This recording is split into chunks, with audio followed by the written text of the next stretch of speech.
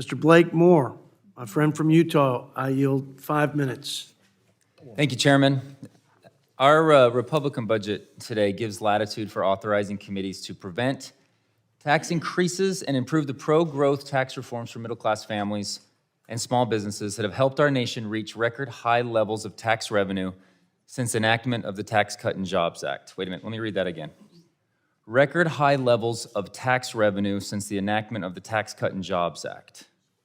Our nation does not have a revenue problem. My criticism, that I will agree with maybe every member on this committee, is it wasn't that we made taxes competitive in 2017. We didn't do enough about spending then. That's what we're trying to do today. We're trying to recognize that a strong economy produces more revenue. We have more revenue today than we've ever had before. And our spending multiplies by a factor uncontrollable.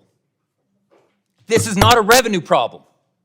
This is a spending problem. And every single American knows it, if we're gonna be honest with ourselves. And I'm telling you, I don't think my party did enough in 2017 and the years after that to do enough about spending. I know there's a desire to, and I know it's really hard.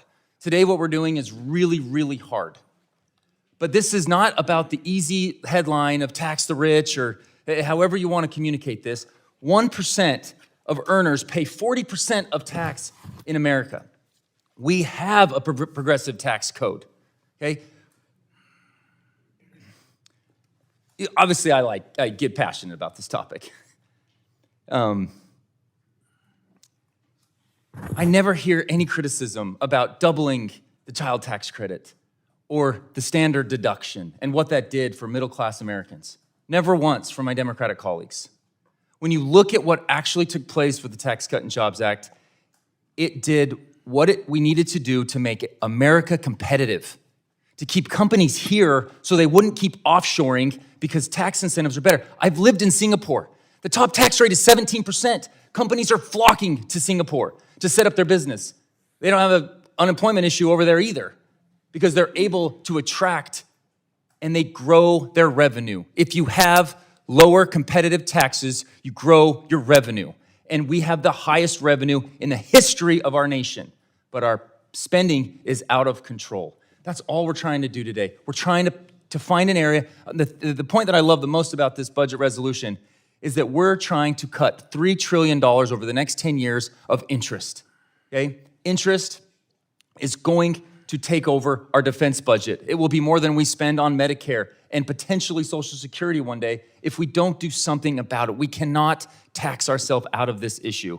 To support this point, I request unanimous consent on another very important topic by an article from the Census Bureau that income and poverty in the United States in 2019, and this found that poverty rate has declined to an all-time low of 10.5% after 2017, after the enactment of TCJA.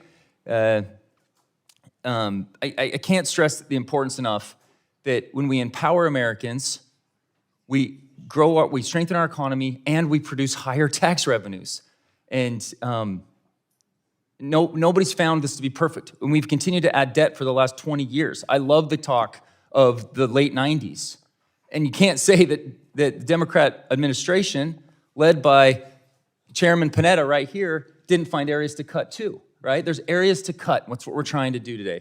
And it's just something that we have to be willing to be adults about and recognize revenues have never been higher, and spending is growing at a clip that we cannot overcome it. And I yield to Representative Grover. So ordered on